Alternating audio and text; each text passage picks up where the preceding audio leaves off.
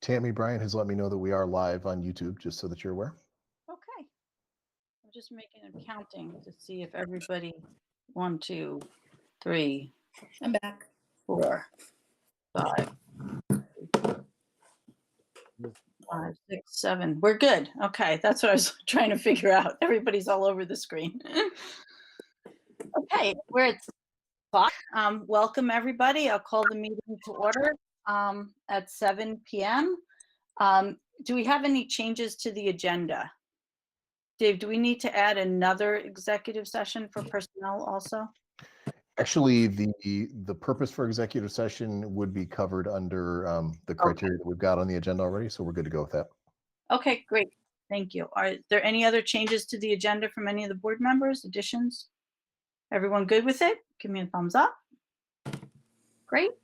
So we'll move on to a motion to approve the minutes from our last meeting on December 2nd. Someone make the motion? Thank you, Adrian. Is there a second? Thank you, Len.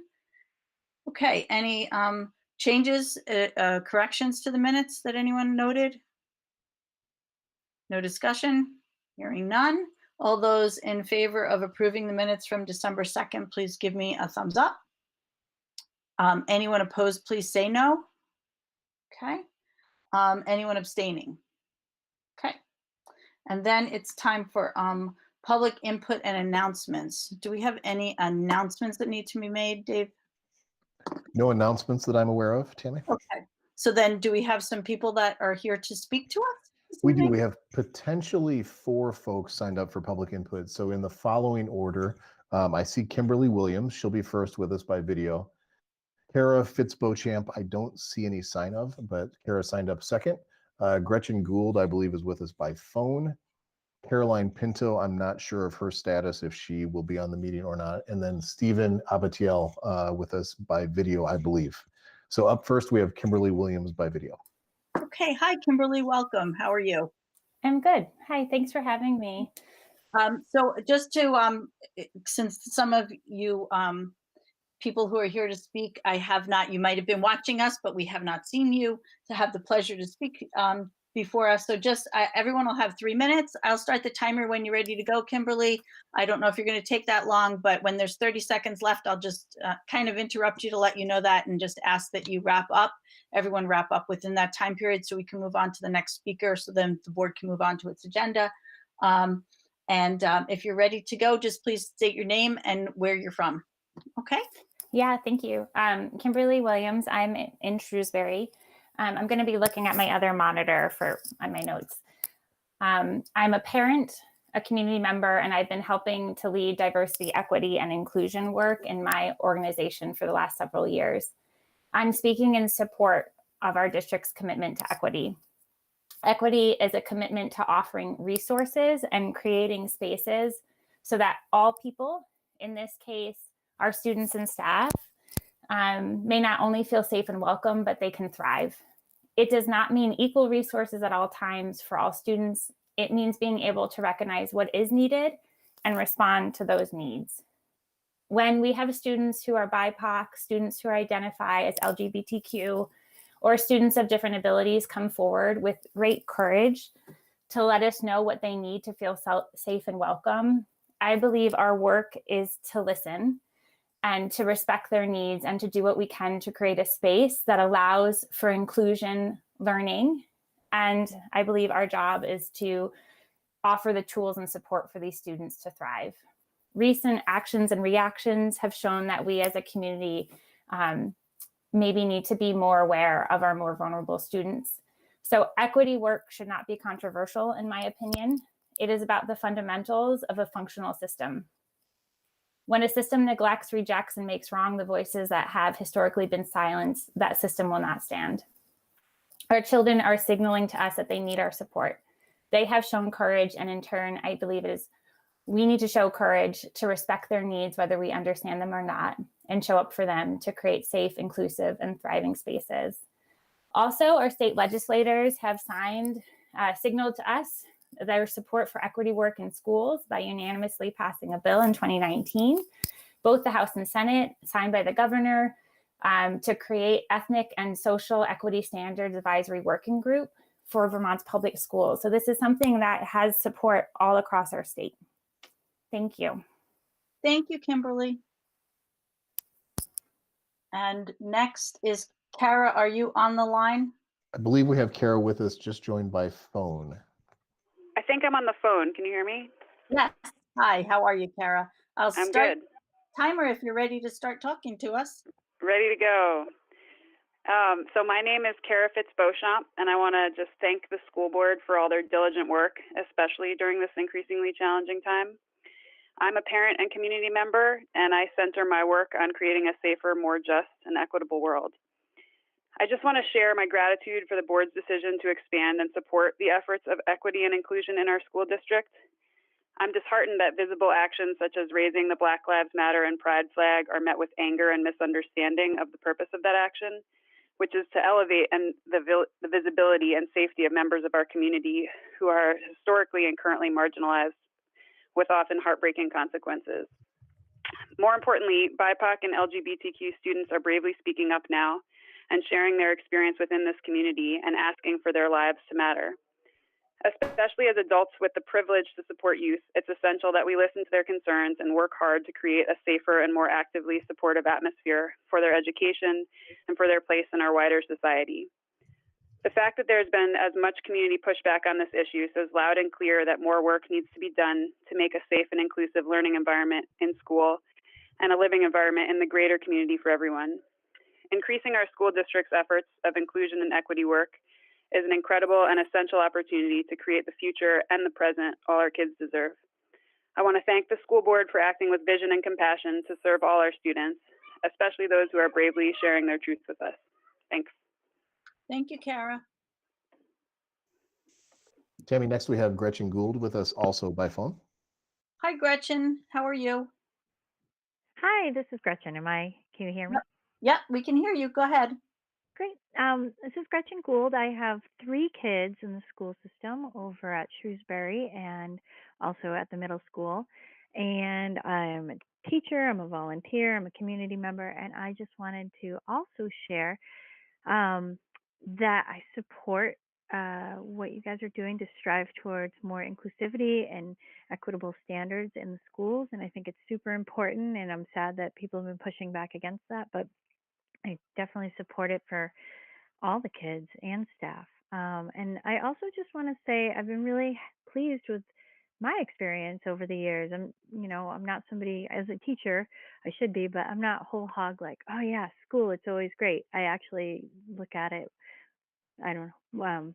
I am not a very good speaker, but anyway, I am often skeptical, and I've been so happy with my experiences, and I find the teachers especially extremely approachable. I find the leadership in the schools have been very approachable, very helpful, and supportive of me and my husband and my children. And these are crazy times, and my kids are having a wonderful time at school and a great experience, and the staff are amazing. And so I just want to say thank you for doing this work, and thanks to everybody. This is hard stuff, and you're doing great.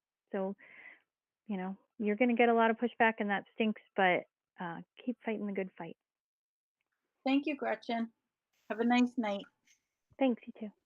Tammy, next we have Caroline Pinto, but I'm not sure that Caroline is with us. I don't see her name or a phone number that links up to anything. So that would take us to Stephen, who I believe is with us by video. Okay, we'll circle back and see if Carolyn is with us after Stephen's done. Hi, Stephen. How are you? I'm good. Thank you. Thank you for having me. I'm Stephen Abitel. I'm a Shrewsbury community member, grew up in Rutland. I have been an educator for the past 10 or 15 years or so, mostly dealing with outdoor education, environmental sciences, and those sort of things. And I just wanted to come and say that I'm also working with a community nonprofit, SAGE, that has been partnered with Shrewsbury Mountain School. And I just wanted to come and say and thank the board for the leadership that the school district has shown on this front. The sustainability education that the Mountain School specifically, I can't speak to the other schools in the district at this point. I know Mill River's had some, I think, farm and garden related things as well going on. But what I've seen with the Mountain School has been great. It's a wonderful interdisciplinary project-based curriculum that I think is really serving the students well, and that's what I think we're all here for. We're covering life cycles and system resiliency, and as well as some other important pieces that I think other folks speaking tonight have kind of touched on, some of the overlaps that we see in some of these natural systems of sustainability and in our human communities as well. I found that the school and the administration have been very open and communicative in working with the community and working with our organization. And I think the school district and Shrewsbury are poised to be a leader for the state in this sort of education. I think other schools and other districts are going to want to come and see what's going on up here in the upcoming years. So thank you everyone for the work that's going on in this. It's broader than just gardening, and I think that's important, and the students are getting a lot out of that. I would like to see more done as well. So I would put this to the board that whatever can be done to make sure that our kids in this community are able to be eating the food that their neighbors are growing. I think it's a win for everybody. It's a win for the community. It's a win for the small businesses, the children's health, their ability to learn, connect with the local farms, and have education opportunities arise from something that right now, typical school lunch maybe doesn't have that education piece involved. 30 seconds, not to interrupt you, but yes. That's what I wanted to say about sustainability and the work that I've seen here, and feeling supported by this group and the school board. Keep up the good work. I think Kara and Kim and everything spoke well, I think, to the other points here. I just watched last week's board meeting, and I think there was, I applaud you all for handling some of these situations well. 3 minutes. Thank you so much. Thank you. Yeah, thank you. Did our other speaker, Dave, join us? Tammy, I don't see any sign of Carolyn, so I think we're free to move on.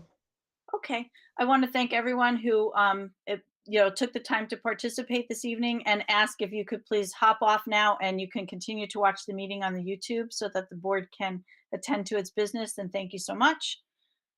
With that, we'll move on to central office reports. So Dave, do you want to kick that off?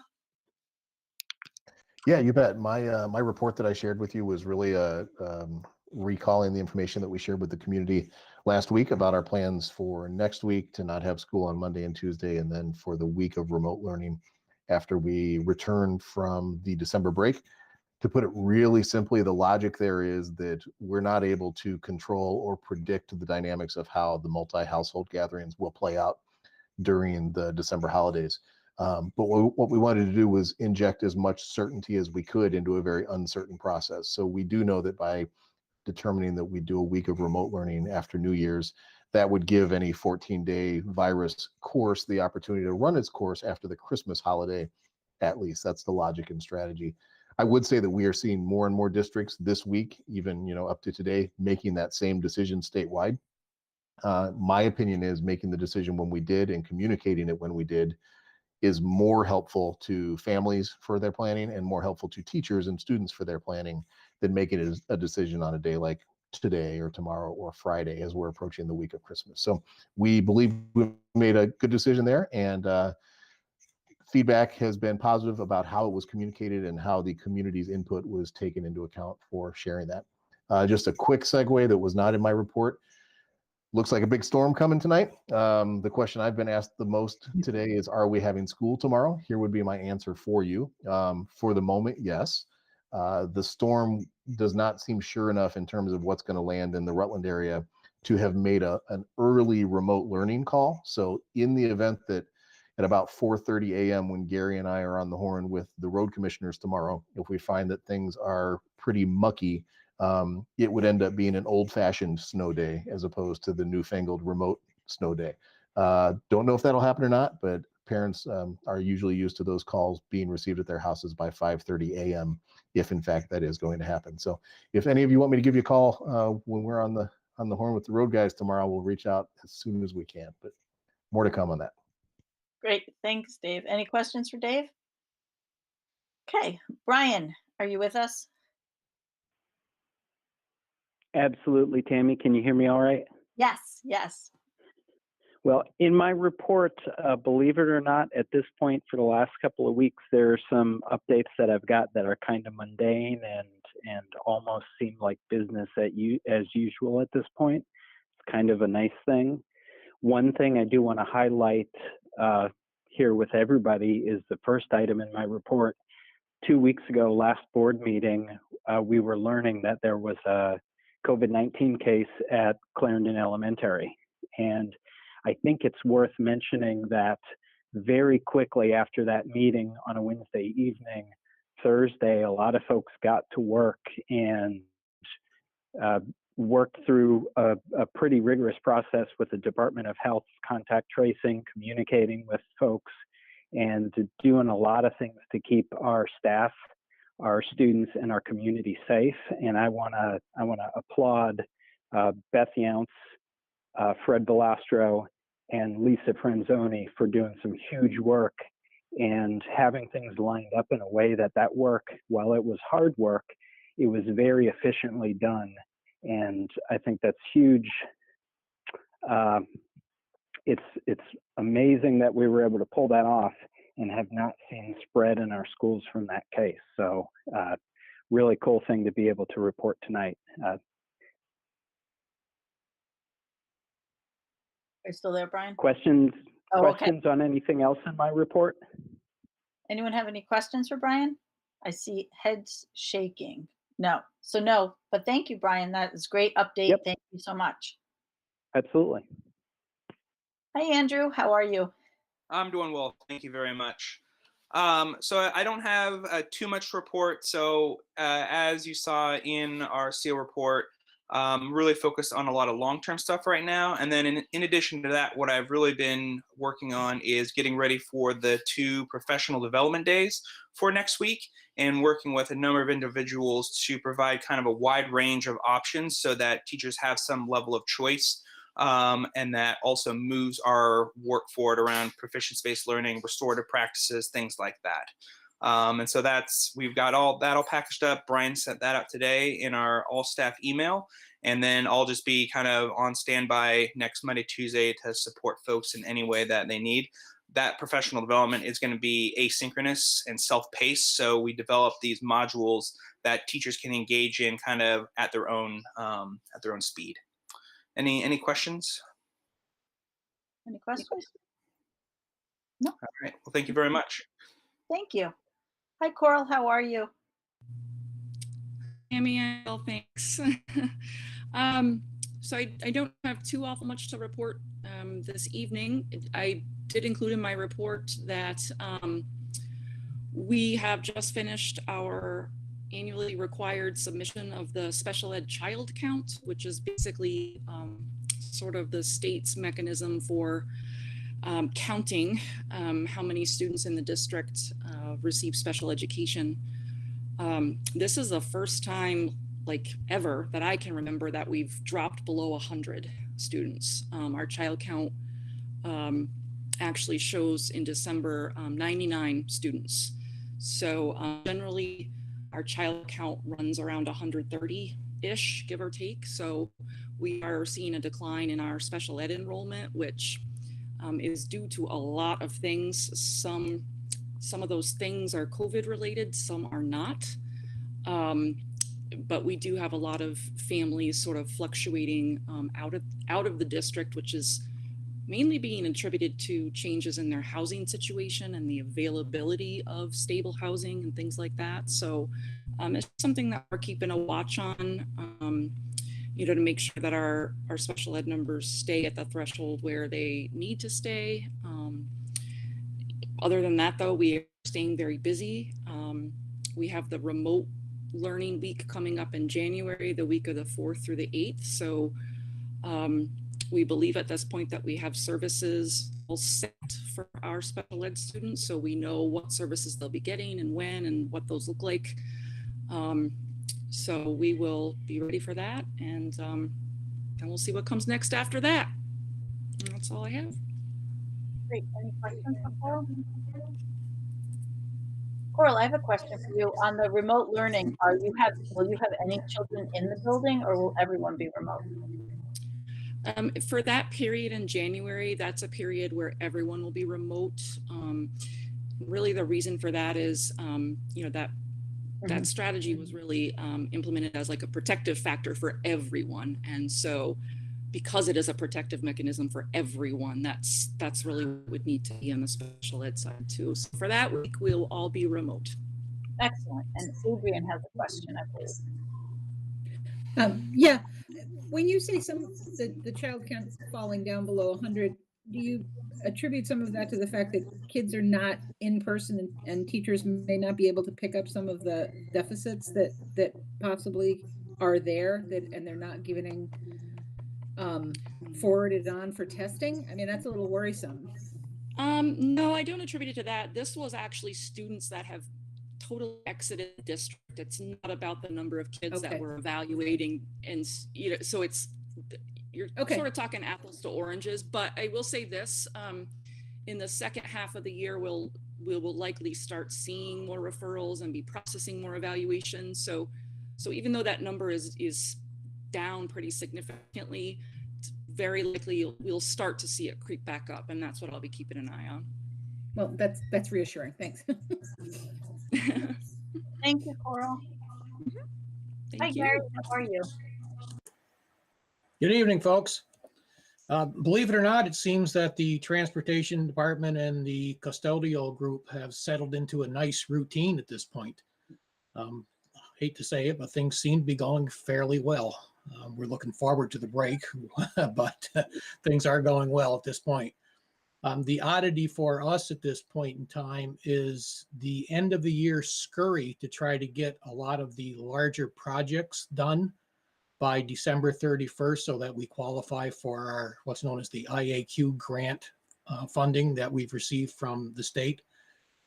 As of right now, everything is on schedule and on time to meet all those deadlines.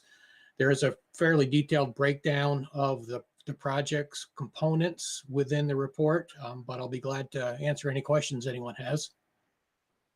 Does anyone have any questions for Gary? No? Thank you. Hi, Carrie. How are you?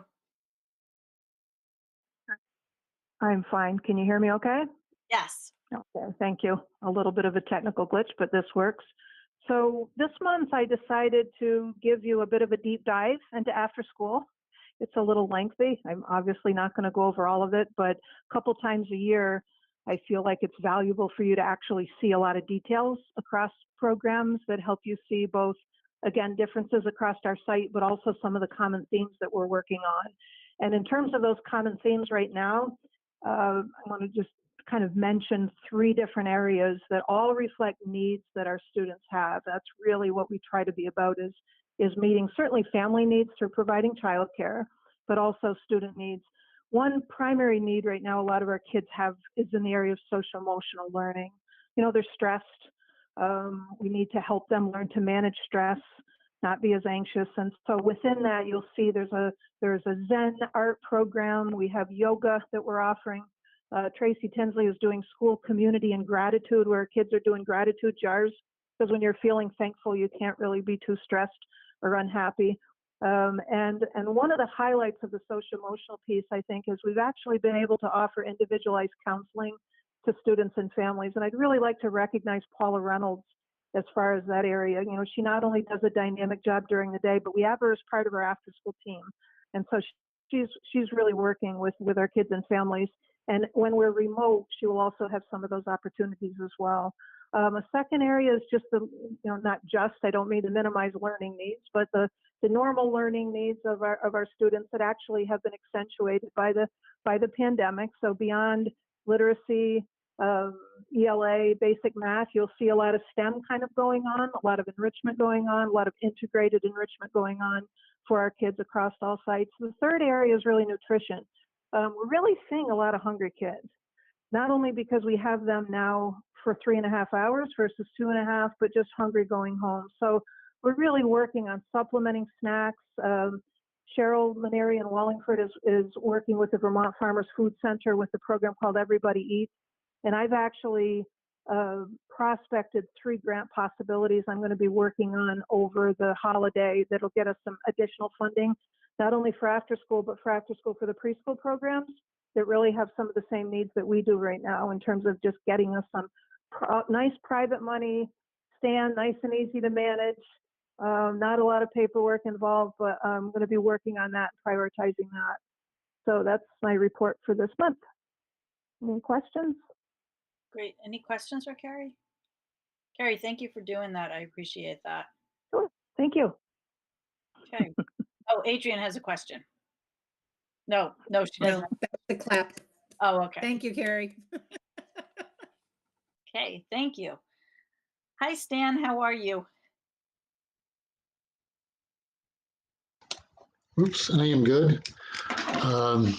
The bulk of my report would be, it was the budget report, which Liz will talk about later.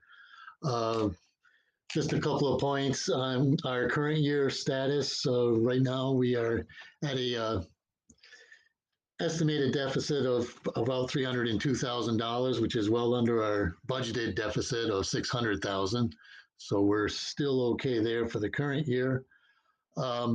As far as cash flows go, we're looking fine there. We received all our tax money from the towns that was due. I know back when earlier this summer, there was some concern as to whether or not we would be getting our tax money on a timely basis, and we did receive everything that we were supposed to from the towns in the past month. The FSA accounts that you had approved last week, our last board meeting, are currently, we have an open enrollment for that going till December 31st. We won't know, how well that's participated until, after then, because the open enrollment can be done online. So we won't see those numbers until after the 31st. I can say that we did have 2 informational meetings last week, and those were not very well attended.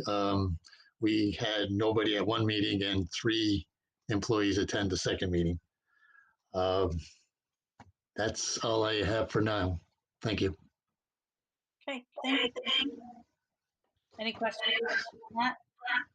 Okay, and we'll move on. So next item on the agenda is elections and informational meeting preliminary discussion. Dave, do you want to begin that discussion? Yeah, you bet. And then I actually will turn over to Adrian, who has been doing some detective work for us as well. Hope that's okay, Adrian. So in a nutshell, folks. Actually, I'd sent everything to you so that you would do it. Ooh.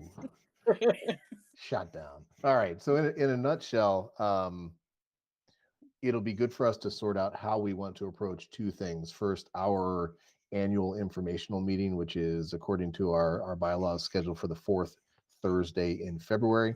That's where we do a number of things, elect a moderator, go through the district business, and do an overview on budget information. And then the town meeting piece in terms of how we will handle actual voting in terms of the articles that we warn related to our warning. That's complicated this year by the fact that we can't have people gather in the schools for an in-person informational meeting.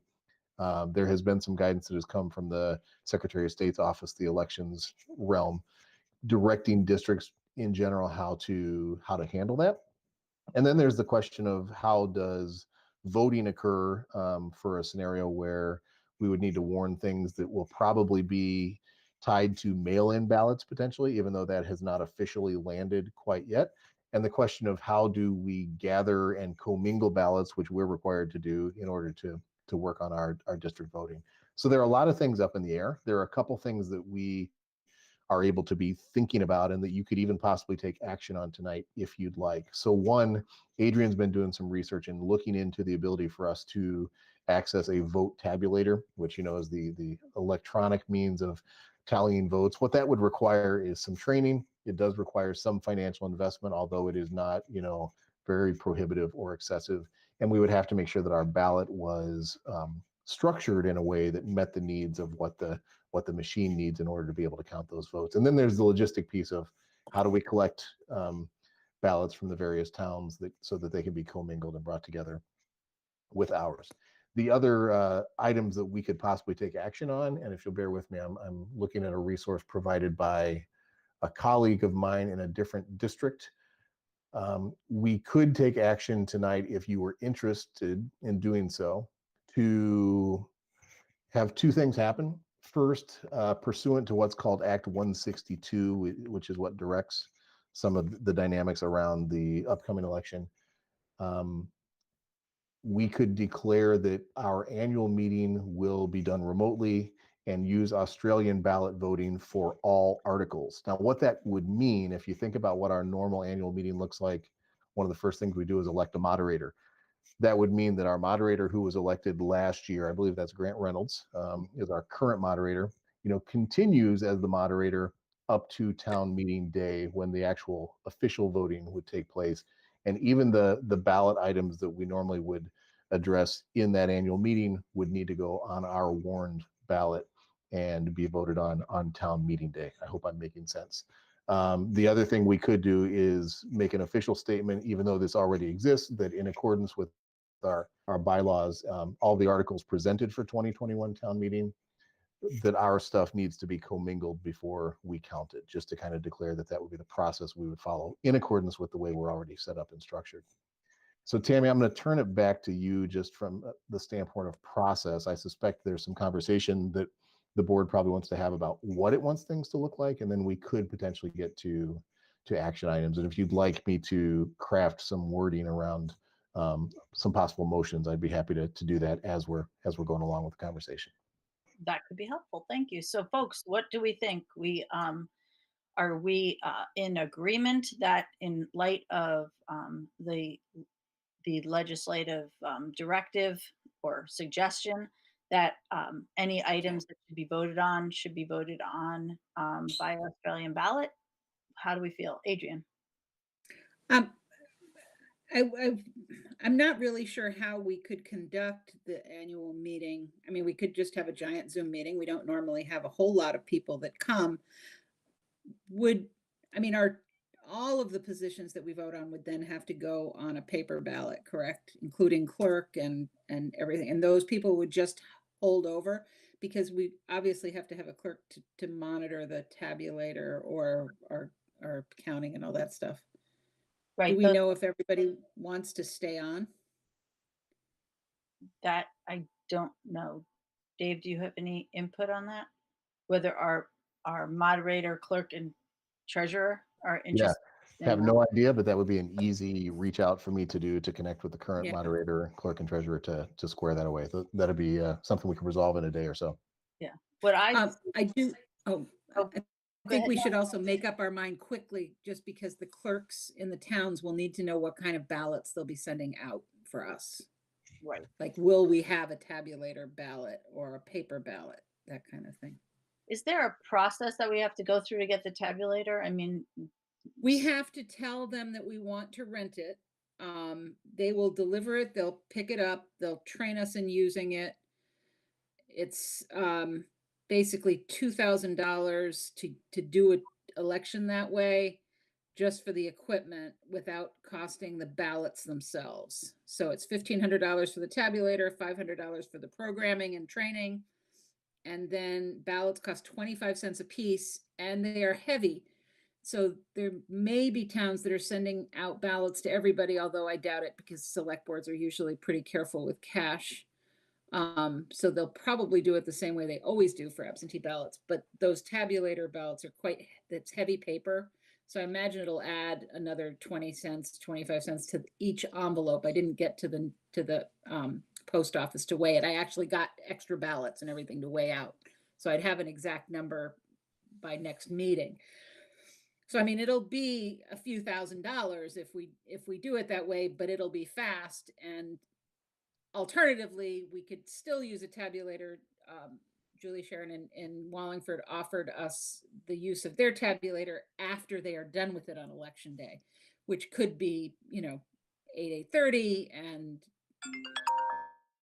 and then we'd have to, we'd be in their space until we're done and that kind of thing. So, I mean, for the extra $1,500, we'd have it at Mill River and be able to do it ourselves. But the annual meeting, I think we should try doing it on Zoom. What the heck?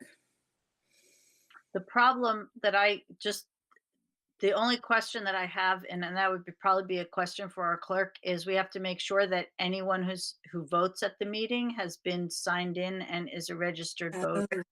And that could We'd have to be have somebody scanning each. right. thing. That could be an issue that that's the issue that I would foresee with doing it that way. How do we do it in person? They We- check at the door. Yeah, they Yeah. check at the door. So I would say that would be a real logistic challenge. You know, you might have no one show up for that meeting, but if you had 30 people, you know, that becomes a task to be completed before any action could be taken. Right. I think we could. Oh, go ahead. Whatever. Just a question on the tabulator. That would be one, and it would be located in a single place, and all of the ballots would be brought to that single place to be tabulated. That's how we Correct. do it now. We bring Yeah. all the ballots to Mill River to count. I'm So we sorry. just instead of having people at Mill River to count, we'd have a tabulator where a few of us, because I think the board would be acting as like, you know, the town's Board of Civil Authority type, or as like JP's. You know, we would have that capability to run the ballots through. But we'd need to have a clerk there to do it just the way we do when we count ballots regularly. Right. And You know, the clerk Okay. of the district. John. And we would have to account for all of our health and safety protocols, right? Distancing, masks.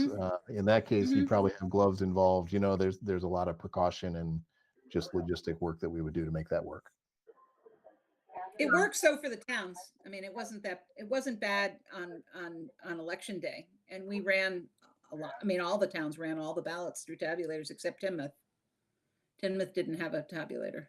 They're the only ones. John, did you have a comment? Well, I had a question. As a school district, we are a municipality under the law, and does that mean that we send out those ballots? Do we have to monitor the absentee ballot process? We never or have. handle that. I know we No. haven't, but No, I don't think we're even. this is we a whole even new ball do. game. So But I don't think any of the clerks would mind sending our ballots along with theirs. okay, it's just Because it's they a- would, I mean, normally they would be voted town by town. So right. it's, you know, Yeah, John, under normal circumstances, we prep our ballots, we get them to the clerks, and they're included with the, you know, the in-person package, if you will. We don't yet know whether the legislature is going to create a mail-in scenario that needs to be adapted to. But what we do know is we will need to create our own ballot. If we use a tabulator, we're going to have to create our own ballot that works for that. And we get that to the clerks, and we'd work with clerks in whatever way we needed to make sure those were distributed. Is there potential if a town clerk was unwilling or uninterested in including our stuff with theirs that we might have to engage with that? Yes, but we don't know anything yet about what that would look like or have to look like. And we also don't know. I mean, for the federal election, the states were required to send out ballots to everyone. We don't yet know if they're going to do something similar to that for town meeting either. It is a possibility. So we could be looking at mailing out a lot more. I mean, I think we're already going to be mailing out a lot more than we would ordinarily, but we could be looking at mailing them to everyone potentially.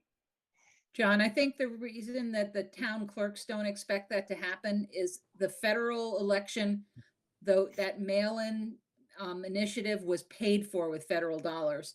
If the towns mailed all their ballots, either the state would have to kick in the money, and I don't think they would, or the municipalities would have to pick it up, and it's not cheap because I mean those envelopes were I think were just shy of $1 a piece.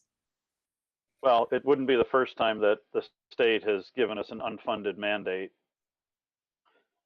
It's true. Right? I mean, let's I be don't real. think that, you know, I don't think they want to get involved with it, but who knows? You're right. Probably not. And by then, in theory, you'll have a lot more people vaccinated, you'll have a lot, hopefully we'll start seeing case counts come down. And this is 3 months away, and it's at a time period where in theory, the vaccination should be starting to become available, at least the first dose, to a wider group. So we may not be in as big a situation as we were in November. So I don't know, just I think I understand the logistical challenges of trying to do a meeting by Zoom, especially trying to validate people as they are joining in and voting. But I'm also trying to picture a scenario where we don't have anybody show up at the meeting. How do we elect people? We don't have anybody to cast votes. How do we? Yeah, so John, the concept there would be you wouldn't elect people if you were doing the remote meeting. All of that would go to the ballot. Oh, you're right. And You're right. it would basically be a budget informational meeting is what it Right. would end up being if you went that route. You're right. I didn't think of it that way. Sorry. Okay. Okay, Len.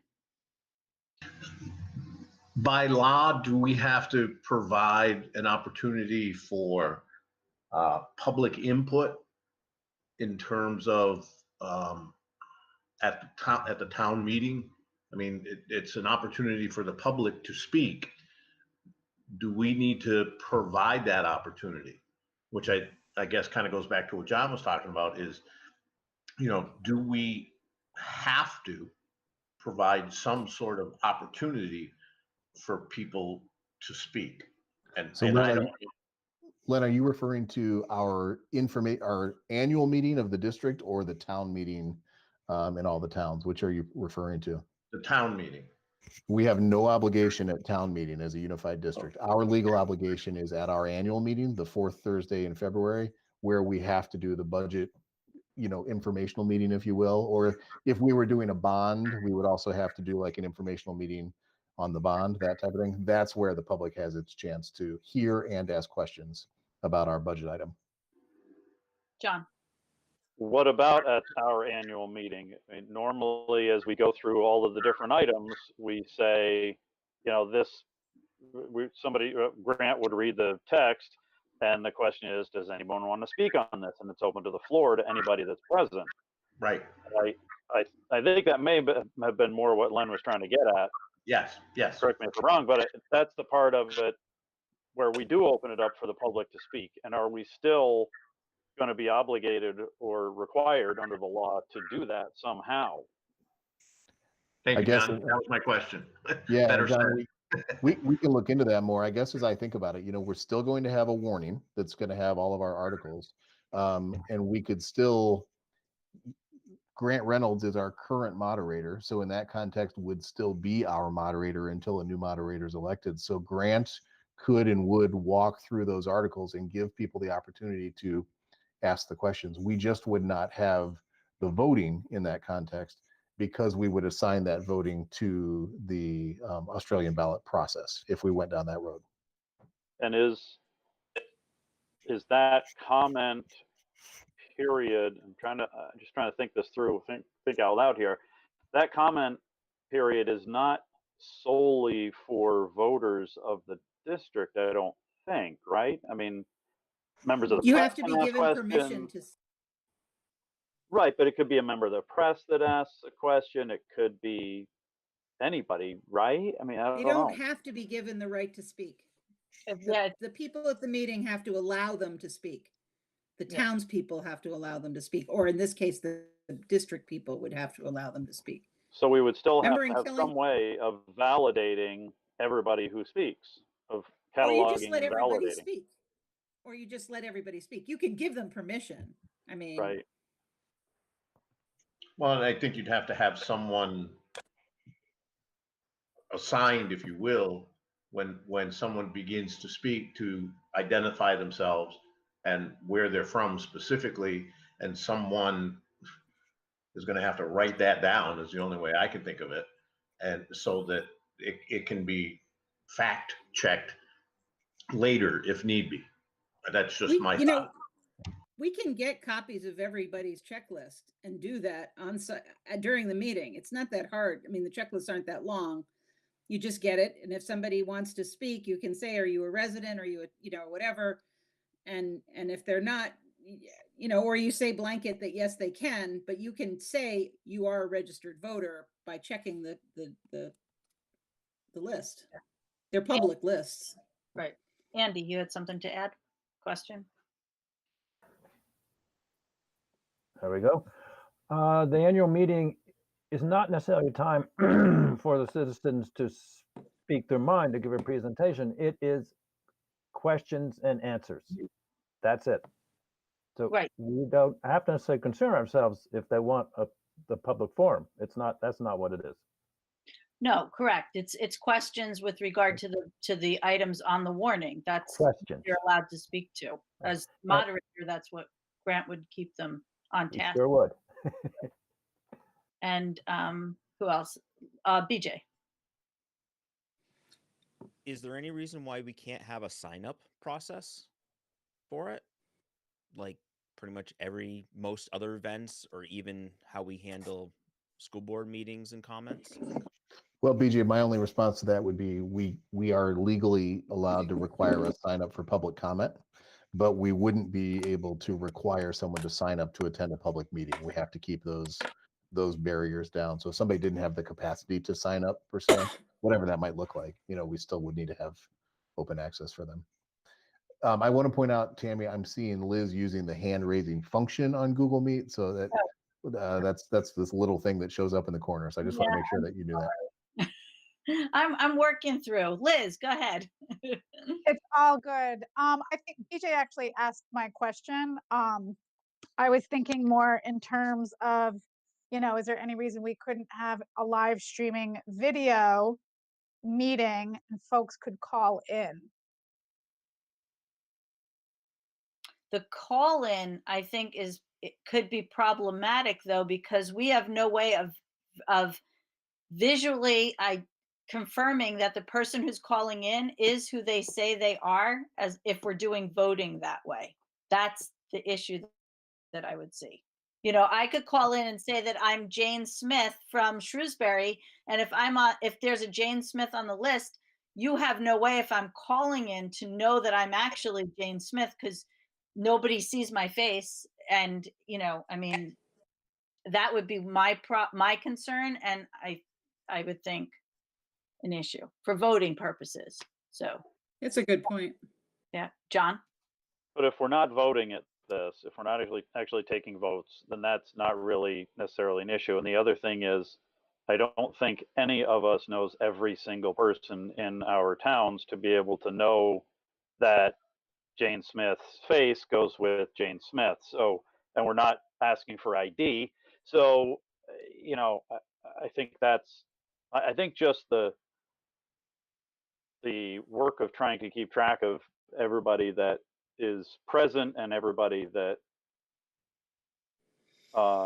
just more or less just everybody that's present and speaks. And as I have experienced the town informational meetings and our district meetings, it's not just question and answer, it's also statements of support or statements of opposition of the different articles. So and those, I believe, do need to be recorded by whoever's taking minutes.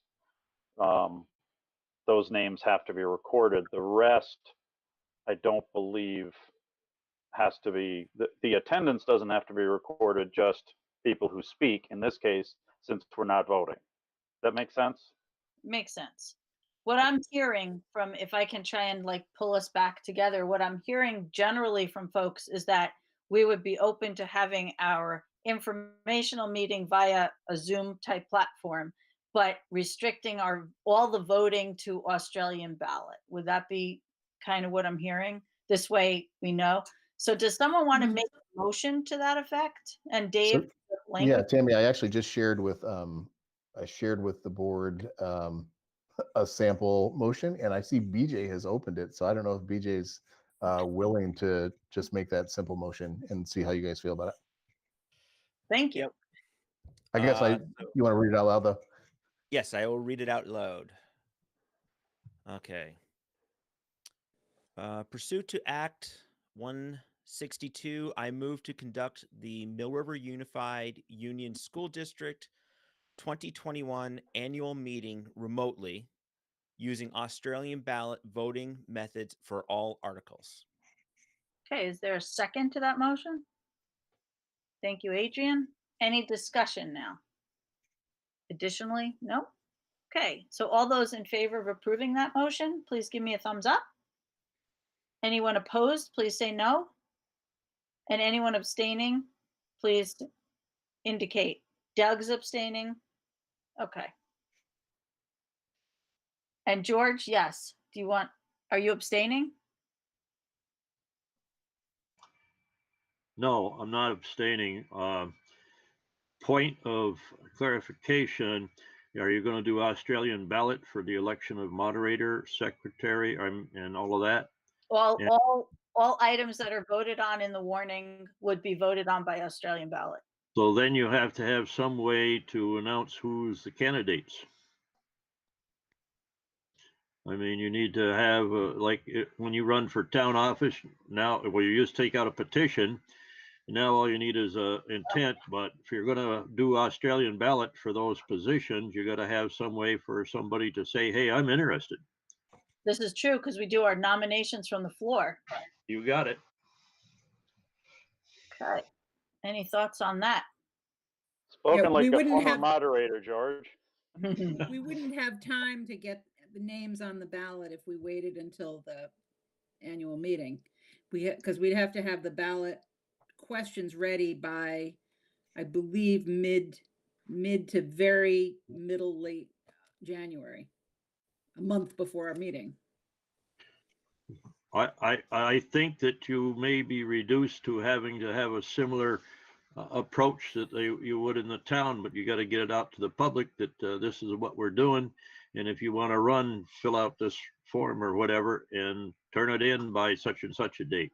For the town, it's like, go ahead. I don't know if we have time. We may not. So again, my thought is that if you elect the moderator and treasurer and the clerk from the floor, essentially, even though we're remote, I mean, you can certainly ask the person to identify themselves. Most likely, if they're interested, somebody on the board will recognize them, and the board can, or the people there can vote on the person, including the board. But it's true, we'll be there. Yeah. There will be some voters there. Well, the point I was making is that I would suspect all of us board members' vote would outweigh maybe any strange opposition. I guess, Dave, can you possibly look into with the other superintendent whose board went that way, what they were doing as far as the moderator and clerk in that? Because then we go back to that issue of we have to have some process of validating the voters prior to taking the vote on those three positions at the very least. Yeah, you bet. So if it's okay with the board, given the action you just took, let our central office team start to work on sorting out some logistics. I haven't done the calculation on the actual date we have to have our warning ready, but that's usually kind of mid-January is kind of our drop dead date. So we know we've got an early January meeting. Let me do some groundwork, put together some details. If there are pending questions or good answers that we find, I'll make sure the board has those in advance of our next January meeting, and we'll be able to get ourselves squared away. We'll just get going on that. Out of curiosity, could we have either a special meeting just for nominations, or does the public need to do the nominations? The public nominates by virtue of signing in a petition in the past. And what's going on now is a certificate of intent, I guess you'd call it. Okay. But at our meetings, the public nominates from the floor, which prevents that whole, the nomination on paper, I think, is too late. We should have thought about that months ago. How about a nomination opportunity as an action item in our next board meeting? If that was publicized that, hey, we're looking for people who are don't interested think- in this. Yep, I well, think we really need to look at that because I bet there's statute on what happens at annual meetings. Okay. And you can't change the annual meeting just because it's inconvenient. That may require a you know, the Secretary of State's office, a question to them as to if you're voting on Australian ballot on all issues for an annual meeting, which includes those positions that are nominated from the floor, how do we handle that? Because I mean, don't you think we could do this on the floor on a Zoom meeting? If we had people at least who had served before and know whether they're interested, we know that we could at least suggest them if they're willing. And if somebody else comes up, then we could address it at the time. I wouldn't mind being the person who checks the checklists. You know, I mean, we don't ask for voter ID at our actual voting. So if they're on the checklist, they get a ballot. Yeah, Adrian, I would say unless- we could do it. If we knew what to prepare for, we could get that sorted out. If you want to go there, we could have somebody, actually it would need to be BJ because it was his motion. He would need to, vote to withdraw his motion and take that action. But we could go there. It'll be good to know what direction we want to go, and we'll sort out the details either way. If we had to go there, does that mean we could go there for all votable items? well, that's the question. Let George talk because maybe he has some input on that. I'm thinking. what we need to be careful of is not to come up with a system that would give the appearance of preventing anyone to be running for a particular office, afterwards. So, I mean, a nominations from the floor is fine because we've announced our annual meeting and what's going to happen. So if you want to be involved, you got to come to the meeting. Now, if we can do that so that we're sure that on our virtual meeting that everybody is informed that needs to be informed, then we'll probably be okay. I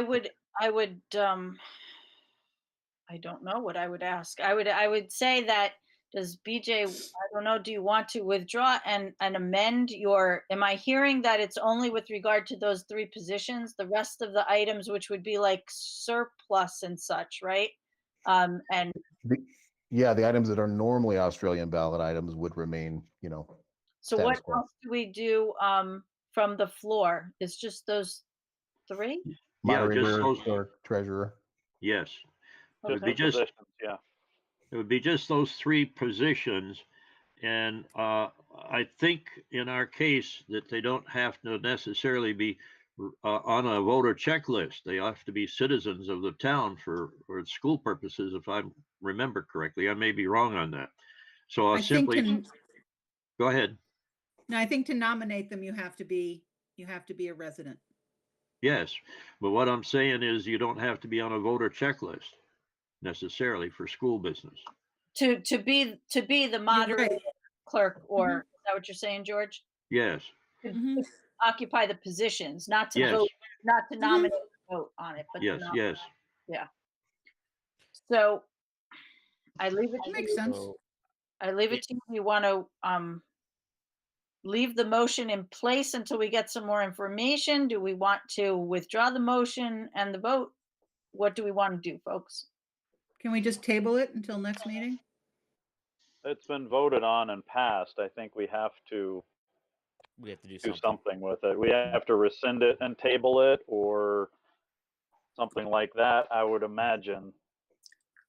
I think this is an area of Robert's rules I'm not familiar with at all, but I think we would have to vote to rescind the motion. Right. And then vote to rescind the action, and then we could table the discussion of this until we have some more information. So does that work timely? I'll make a motion that we rescind. Don't I have to do that? No, you Okay. can it can, no, because it was voted on. So you're Right. you're off the hook. If the motion is still pending, you'd have to amend it or rescind it. So John, do you want to second that? Okay. thank you. Sure, I'll second that. So all those in favor of rescinding our prior vote about the Australian ballot item, okay? Everyone's in favor. Anyone opposed? Anyone abstaining? Okay. There you go, Dave. Please give us some guidance, and I will All also right. into it and see what I can find out. And anyone else who wants to, I welcome the help. We'll get to work and we'll find a vote tabulator in the process. So stay Okay. tuned. So we've kind of addressed everything we needed to on that item, correct? Oh, George, yes. What am I forgetting? Yeah, on the vote tabulation business that you're talking about a machine similar to the towns have? Yes. The same machine from the same people. And what I'm thinking is, why can't we borrow one after the ballots in the town are counted? We can borrow Wallingford's. Clarendon and Okay. Shrewsbury said no. But we would have to either bring all of our ballots there or go get the tabulator, which is not small, and bring it, and they won't be done till 8 or 8:30. And we'll still need training and all that kind of stuff. I mean, it would save us $1,500 to use Wallingford's. Well, what I'm thinking is that what difference does it make where we count the ballots? I mean, one place is as good as another. Maybe It's more Wallingford. the time. Yeah. I think it makes a difference on our warning, though. Don't we say somewhere we say specifically where the ballots are going to be brought to and counted? And I don't know if we have to. Yeah, we do. You're right. Yeah, But we have to make up our mind. But we do. Right. It doesn't There's matter. something. Right. Okay. Maybe Wallingford would run the machine for us. They did not volunteer to do that. She Okay. didn't. I mean, Julie was very, very generous to offer it, but she said, "Well, we'll have to figure out how we'll lock up the building when you're done." Okay. Gotcha. All right. Okay, so we can move on then to committee business. So Len, you're up first with personnel, please. Hi there. We did meet as a personnel committee earlier this evening, and there's a couple of actions that I'd like to request of the board. Three hires actually.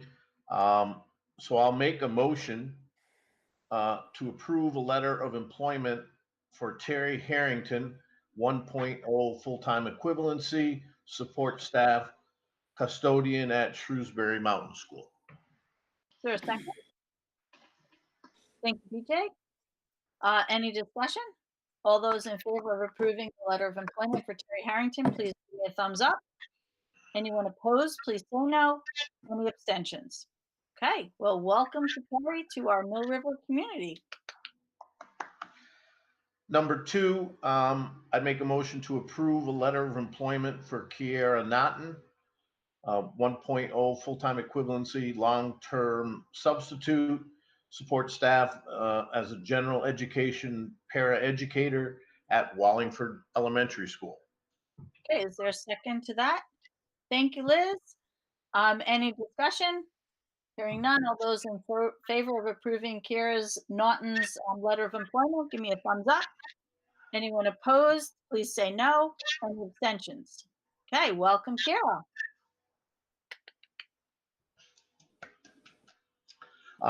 And then the third one, I'd like to make a motion to approve a stipend letter for Ryan Shizmazia as varsity girls basketball coach. And just for information, Kim Maneri was at the personnel committee meeting and felt that this was a good hire.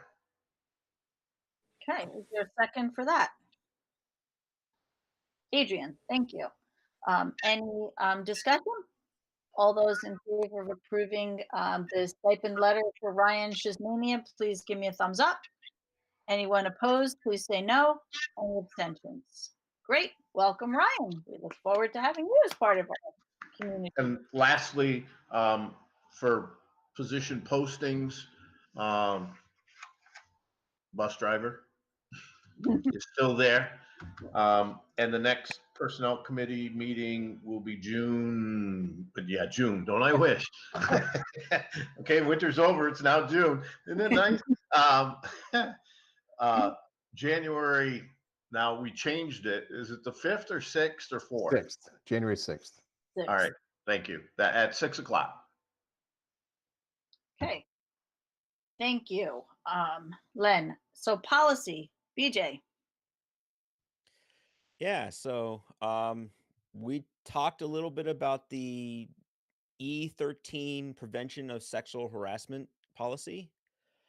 What we basically found out is that this is a mandatory policy that we basically decided to keep pretty much word for word as it was given to us. And so I'm actually going to make a motion to move E13 prevention of sexual harassment prevention policy to a first reading. Is there a second? Thank you, Len. Any discussion on that? Hearing none, all those in favor of approving it for a first reading, please give me a thumbs up. Anyone opposed, please say no. And anyone abstaining? Okay, there you go. Okay, and you know what? We're going to have to wait all the way to next year for our meeting. First Tuesday of the month. Looks like it's January 5th. Probably going to be around a 5:30 meeting. Okay. Thank you, BJ. That's shorter than waiting till June. Negotiations, Adrian. Sorry, I had to unmute. We have I don't know if I announced it the last time. I think I did. The tentative agreement with the support staff. We did have a mediation session with the teachers and did not come to agreement. So right now we're on hold until either we meet again, mediate again, or move on to fact finding. Okay, thank you. John, buildings and grounds. So the only thing that we haven't had a meeting since our last board meeting, but Tammy, Dave, Gary, and I met briefly to discuss the stormwater project that's going on in Wallingford that is potentially going to affect the school property. The people running that project had wanted us to sign an agreement that had no details on it, basically a blank agreement regarding who is going to maintain the system. And of course, we answered no. So Gary was going to try and get them to actually fill out some information on that form as to exactly what they want us to be responsible for. There's 3 sections, 3 entities. One is the landowner, which obviously is us. One is the person or entity that's going to maintain the system, and then the other, I think, was the state. And they didn't specify exactly what we were filling out or which of those 3 parties we were going to be. So we just asked Gary to go back and ask them for better details. Otherwise, that's really about all there is to it. We still don't have a scope of work. I think they're still trying to work that out. There were also some details about some drainage work that might have been done at the school as part of this project that need to be worked out. I think Adrian has a virtual hand raised. I do. I might have missed it. Who is the they who submitted this form for us to sign? Gary, can you speak to that? I can't remember what entity it was that gave you that form. Was it the engineering firm? Was it someone at the state? It came from the engineering firm through the Rutland Regional Stormwater Coordinator, who is actually, excuse me? For a Wallingford project? For a Wallingford project, correct. It's Rutland County. Wallingford Stormwater Project. So I went through something similar when I was with the Housing Trust when the town of Brandon was doing the Route 7 project. They needed to put a filtration system in the parking lot of one of the buildings that's owned by the Housing Trust. And the Housing Trust signed as the landowner that they were going to allow the entity responsible for maintaining the filter access to the filter system. Someone else, the town of Brandon, was responsible for the maintenance. And as part of the agreement for them taking part of the land under the parking lot, the Housing Trust was reimbursed a certain amount of money. for that space and for an easement and all of those, usual things. This is one of those forms. It's just when I saw it for the housing trust, it was filled out and it was clear who was doing what. This was not. Yeah, it actually came from the Rutland Natural Resources Conservation District, who is coordinating the project. And John, I did have another conversation with them. They indeed did want us to become the responsible party. Isn't that funny? So we have been very clear at this point that that's not our intention. We will be glad to be the property owner, which we are, but we will not sign on as the responsible party. So they're still working through the details of how to make this project move forward with that stipulation. Other than a bunch of mystified head shaking like we were doing, anybody have any other questions? It boggles the mind that they could even think that we would agree to that. Anyway. So otherwise, there hasn't really been anything else that's happened. Our next meeting is also scheduled for January 5th. I have it down for 6 o'clock. BJ, are you only going to be a half an hour for your meeting? I see, I think you're muted, but I see your head nodding. So, okay, all right. I know there are some people that go to both, so. I think George has a question, John. Yep, go ahead, George. Not really a question, just something for Gary. I'm worried, Gary, that this wastewater or this floodwater, whatever it is, program that you're going to be engaged in, I hope it's not too much of a drain. There's the George we've missed. All right, thank you. I think that was a 6 on the Ambrose scale, if we're keeping track. 6 on the Ambrose scale, everyone. Okay, thank you, John. We'll move on to Maria with community engagement. Hi, Maria. Hi. We have nothing really new to talk about except that I still need board members to sign up to come to our community conversations. Oh, and Badrian, would you like to speak to the community conversations right now? Is that something you don't have to? We'll do that next time. I can't hear you. I lost the email. I mean, it's somewhere in my, yes, thank you. I'll put it off till next time. We'll talk about it next time because then it'll be more immediate and then it'll be that week. So we are going to be having these community conversations in February and January and February, and board members need to sign up for those. I sent you an email like a couple hours ago, and if I don't hear from you by Friday, I will start pestering. And if you have a good reason not to be there, I won't pester you. So just let me know, please. Len.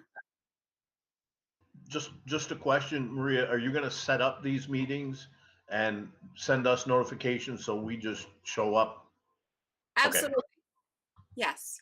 And sort of a framework of expectations of how we think that they will go. Okay, thank you. And our next community engagement meeting, we mentioned last week, but I'll say it again, is on January 12th. Okay, I think Liz has a question, Maria. Liz. I'm just realizing that I wrote down, I know 2 Saturdays regarding meetings, but I'm flipping through my notebook and I don't really see what I signed up for. Is there a sign up that you can kind of share with everybody? I did send you an email. It's in there? It should be in your Mill River email. Right, but all that I'm saying is in that email? Yeah, it's I know I have it. I haven't read it yet. I haven't opened it. Okay, and I actually it's in there both Saturdays, but just email me. Okay, thanks. Thanks. Any more questions? Thank you.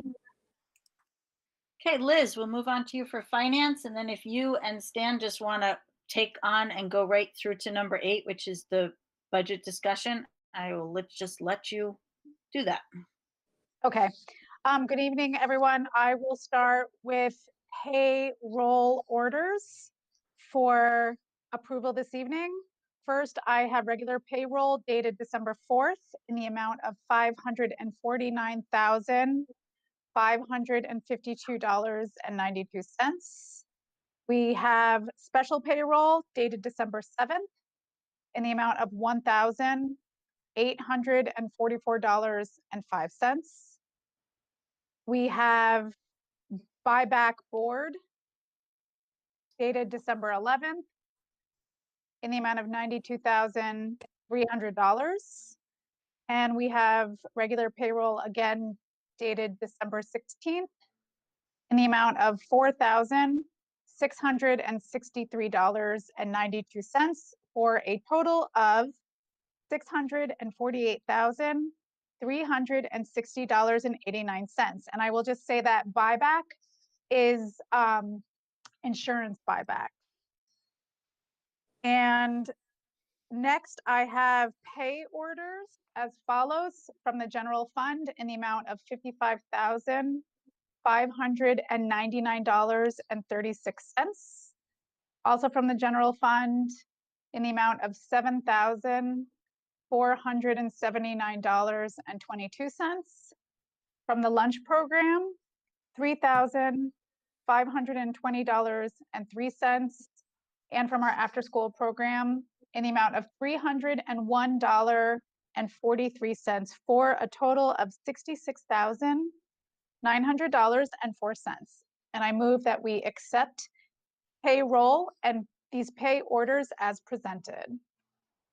Thank you, Liz. Is there a second? Thank you, Maria. In discussion? George? Oh, there I am. Yeah, nothing of any consequence at all. Just all regular stuff. I want another read- job. Don't know. Those cars roll. George, go ahead. I reviewed the information as well, didn't find anything out of order, so I sent through my approval to Karen. Great. Thank you. So any other questions from any other board members? Okay. Hearing none, all those in favor of approving the pay orders and payroll as read, please give me a thumbs up.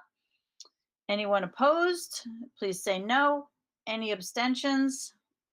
Right. There you go, Liz. Excuse me. As far as the board discussion regarding the budget, Stan, did you want to speak to anything, or do you want me to just launch into what I was planning on presenting? You can go ahead and then we can answer questions after you get done. Okay, thank you so much. Okay, so we began the budget writing process agreeing on two priorities. One, that in light of all the financial uncertainty brought on by the COVID pandemic, that we want to strive for a level funded budget. And two, that in acknowledgement of the existential uncertainty brought on by the pandemic, we agree that the support of our students, both academically and socially, emotionally, is critical. And the second priority is supported by medical and academic research. Our goal is to present a budget that reflects both of these priorities and that is fiscally responsible. A budget reduction plan developed in the spring was used to offset increases in expenses. As was presented at the December 2nd meeting, this included omitting continuing education for administrators and summer curricular work for staff, moving professional development training in-house, tightening all supplies and departmental budgets and periodicals budgets district-wide, and restructuring some of the coaching positions in our athletics program. Before I present some of the fiscal year 22 budget highlights, I wish to thank on behalf of our communities and our community members, our central office administrators who led budget planning discussions with the freeze of their own salaries. This is commendable. Highlights of the fiscal year 2022 budget include retaining all academic positions. Of the new positions funded for the current year but not filled, 2 of the 3 guidance positions will be filled for fiscal year 22, with the 3rd position having been removed from the budget. The 0.4 full-time equivalent pre-K administrator will be filled for fiscal year 22. And the arts coordinator will be filled for fiscal year 22 as well. The hiring of these positions does not increase the FY22 budget because they are part of the current budget. Additional highlights include pay increases for staff totaling an estimated $200,000, an anticipated health insurance premiums rate increase totaling an estimated $252,000, including new enrollees, and money budgeted for additional bus runs and additional buses, totaling an estimated $95,500.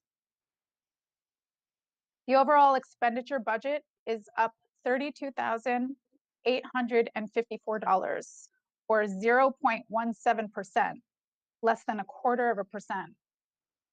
Due to positions funded but not filled in fiscal year 21, going remote in March of 2020, and a sound back to school plan this fall that put our children's, staff's, and community safety first, while preserving the high standard of educational delivery of our schools, the district's expenditures were down this year. We therefore recommend applying $700,000 of the surplus toward the fiscal year 22 budget. This will keep our education spending grant the same as the prior year. Prior to CLA, common level of appraisal, assuming no change in equalized pupils and using the property yield forecast, tax rates would increase 2.19%. This is due to the lower property yield forecast. The legislature will set the property and income yields during the legislative session. Higher yields mean lower rates. This year's forecast numbers are lower than last year. And that's all I have to present. Okay. Questions from anyone? Stan, do you have anything to add?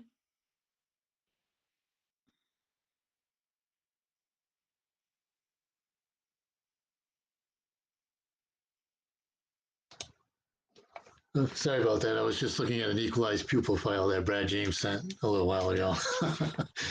The only thing I want to add, I guess, the big factor will be that equalized pupil number and, and how that works out.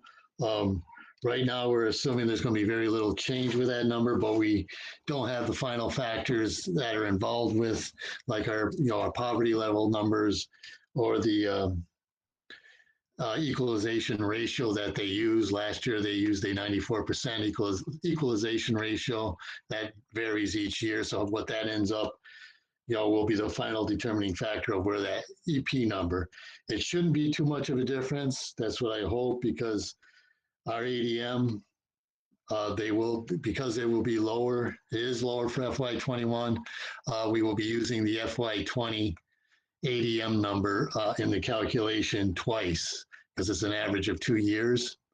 So FY21 will be using the FY20 ADM. Obviously, the FY20 ADM number is the same number, so divided by 2, that ADM number actually comes out higher than what last year's average was.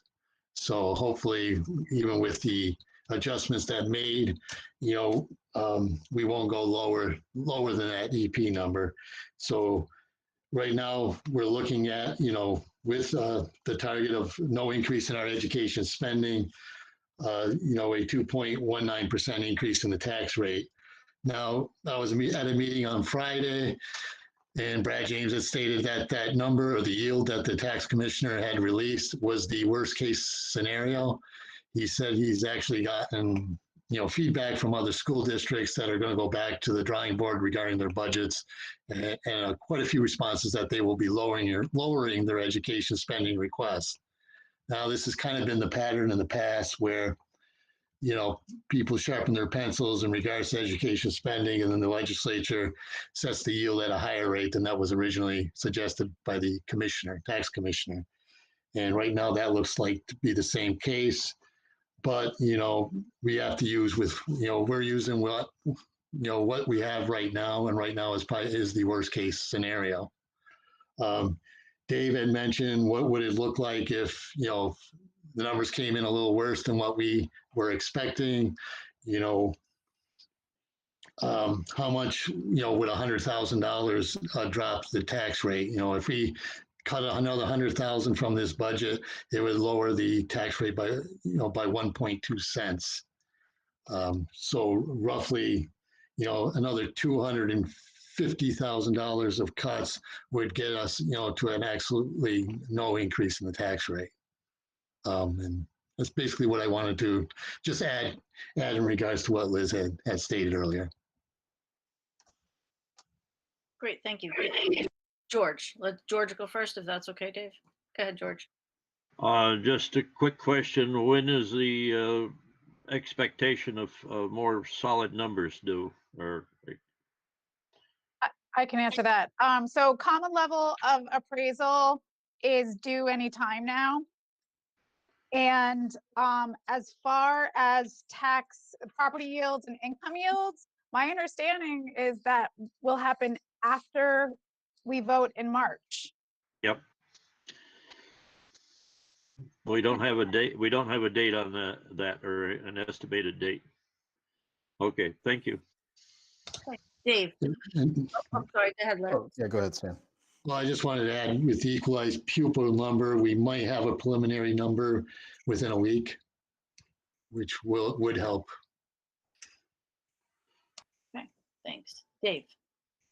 Just wanted to talk logistics and thinking about the board of approving the budget in terms of our warning. So our next board meeting is Wednesday, January 6th, which seems a long way off, but we all know that that'll be here before we know it.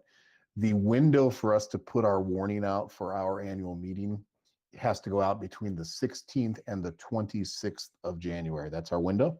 So theoretically, I would say the ideal would be the board approves the budget on the 6th.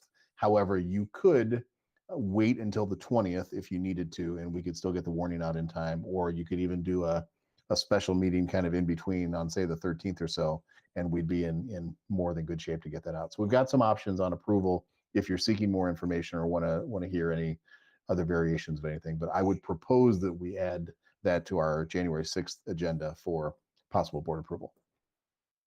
Thank you. I just want to jump in and tell everybody that I spent hours studying how we do all these calculations. Stan has been very patient and answered many questions. Andy has answered many questions. I have watched lots of videos and I get it. So if anybody has questions, please feel free to ask. I feel prepared to answer. Thank you, Liz. Anybody have any questions or comments on the budget as presented? Okay. Thank you. Thank you both. So we'll move on to George's favorite part of the program, transact other legal business. Good afternoon or good evening. Some of the earlier newscasts that I was looking at today suggest that most of us will not get hit too badly with the amount of snow. But apparently one of our attendees at this point in the far southern regions might get a lot of snow, Dave. So I hope that you've changed the oil in your snow shovel. Well, let me be clear. If we have a snow day, it will be based on conditions in the Rutland area, not in Bennington County. I just want to be very, very clear about that. And the other item I have is that apparently, and maybe BJ knows better than I, for me to get into one of these meetings, I have to have the invitation within a few minutes before the meeting starts. Because if it comes a day or so before that, for some reason, it doesn't work. So no clue. Interesting. It shouldn't work that way, but I've been proven wrong a couple times on my Google Meet knowledge, even though it's my job to know it. So I don't know, Dave, I'd hate to impose, but that's what you've been doing for me. Thank you. Not a problem. I'll try to keep it on the front of my mind, so I'll just get it to you preemptively, George. But let me know if I don't. Thank you. Well, thank you, Dave, for doing that. Thank you, George, for having him do that, because we enjoy having you participate with us and miss you when you are not with us. BJ, what did you have to add? I was going to say, David, you also might want to send out the subscription to the board meetings calendar, because I get all my meeting links from there, and it's very helpful. And it keeps me track of what meetings I have coming up, including policy meetings. And I'm assuming either Ann or you take care of that. Yeah, and I know Ann can hear us, so we'll make sure that if any board members don't have that access, we'll make sure that they do. Thanks for bringing that up. Yep. Any other legal business? We'll move on to agenda building then. So sounds like for the 6th, we're going to have quite a bit to do. I think we're going to revisit our election and annual meeting issues. And then we are going to do budget approval potentially. And then BJ, might we have a first reading of something or no? Nothing. We'll have an approval on E13. We'll get that warned. Okay. Tammy, I've got a few other things for you as well. Sure. Potentially ratify the support staff agreement. Okay. And we will have some contracts for approval, but that'll come through the personnel process. And then we need to set our tuition rate for FY22 and our public school choice in and out numbers for FY22. So I'll have a written proposal for the board to consider for that. Okay. We have a lot to do, folks, so you better rest up between now and January 6th. Anyone have anything else that needs to be added to that agenda? Okay. And we do have need for an executive session. Dave, have you sent us a link for that? No, I will do that momentarily. Thank you very much. I did want to ask Adrian, do we need motion related to negotiations as well, or do you not need to discuss negotiations in executive? Just wondering. We could probably just touch on it real quick to catch people up. Good thought. Thanks. Okay, so then, well, Dave's sending us a link since we have a need for executive session.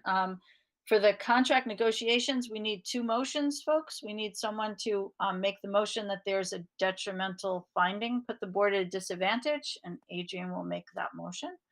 And John will second it. So all those in favor of finding that the board would be at a disadvantage to discuss contract negotiations in public, please give me a thumbs up. Anyone opposed? Okay. And then we need a motion to go into executive session for that purpose, contract negotiations. So would George will make the motion, Adrian can second it. Any discussion on that? All those in favor, give me a thumbs up. Okay. And then we need a motion to go into executive session for records exempt from the Public Records Act. And I believe that's just one motion, right, Dave? And just one, yes. And George will make that motion and Liz will second it. Thank you. So all those in favor of going into executive session for that purpose, please give me. Do we have a link for that? Yes, so the link was just shared with you. George, you have a standalone email with the link copied and pasted into it for you. Thank you. Sorry to interrupt there. All right, so for the public that's watching, it's my understanding that there will be no public action taken as a result of this executive session. So when we leave you now, we will be gone for the evening. And board members follow that link and be in the executive session. I want to thank everyone who participated and watched us this evening and wish everyone a very happy and healthy holiday season. So thank you very much.